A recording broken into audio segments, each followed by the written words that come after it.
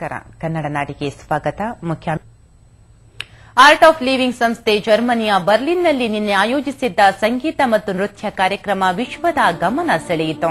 ಸುಮಾರು 50,000 ಜನರು ಈ ಸಂಗೀತ ಮತ್ತು ನೃತ್ಯ ಕಾರ್ಯಕ್ರಮಕ್ಕೆ ಸಾಕ್ಷಿಯಾಗಿದ್ದರು. 151 ದೇಶಗಳಿಂದ ಆಗಮಿಸಿದ್ದ ಕಲಾವಿದರ ವಿವಿಧ ಸಾಂಸ್ಕೃತಿಕ ಕಾರ್ಯಕ್ರಮಗಳು ಪ್ರೇಕ್ಷಕರನ್ನು ಪುಳಕಿತಗೊಳಿಸಿದವು.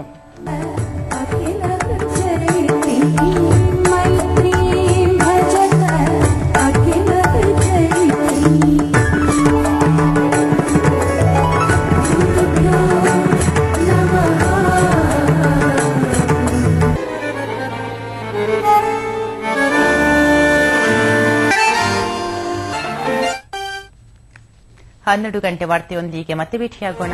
ವಂದನೆಗಳು.